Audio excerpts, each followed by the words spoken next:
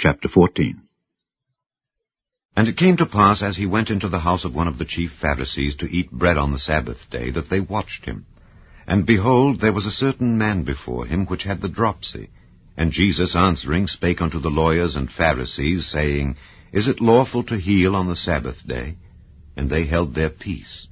And he took him, and healed him, and let him go, and answered them, saying, Which of you shall have an ass or an ox fallen into a pit, and will not straightway pull him out on the Sabbath day? And they could not answer him again to these things. And he put forth a parable to those which were bidden, when he marked how they chose out the chief rooms, saying unto them, When thou art bidden of any man to a wedding, sit not down in the highest room, lest a more honorable man than thou be bidden of him, and he that bade thee and him come and say to thee, Give this man place, and thou begin with shame to take the lowest room. But when thou art bidden, go and sit down in the lowest room, that when he that bade thee cometh, he may say unto thee, Friend, go up higher. Then shalt thou have worship in the presence of them that sit at meat with thee. For whosoever exalteth himself shall be abased, and he that humbleth himself shall be exalted. Then said he also to him that bade him, When thou makest a dinner or a supper, call not thy friends, nor thy brethren, neither thy kinsmen, nor thy rich neighbors, lest they also bid thee again, and a recompense be made thee. But when thou makest a feast, call the poor, the maimed, the lame, the blind, and thou shalt be blessed. For they cannot recompense thee, for thou shalt be recompensed at the resurrection of the just.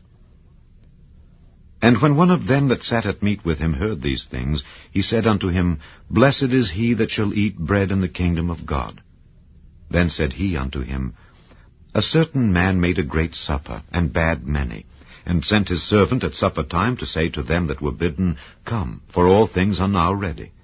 And they all with one consent began to make excuse. The first said unto him, I have bought a piece of ground, and I must needs go and see it. I pray thee have me excused.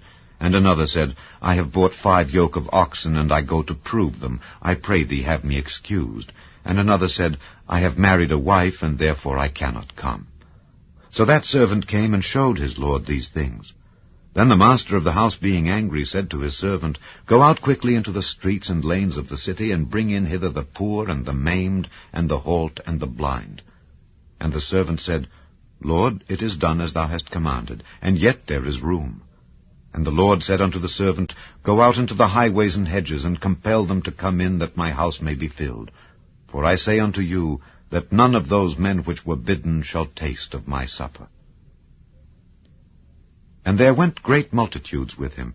And he turned and said unto them, If any man come to me, and hate not his father and mother, and wife, and children, and brethren, and sisters, yea, and his own life also, he cannot be my disciple.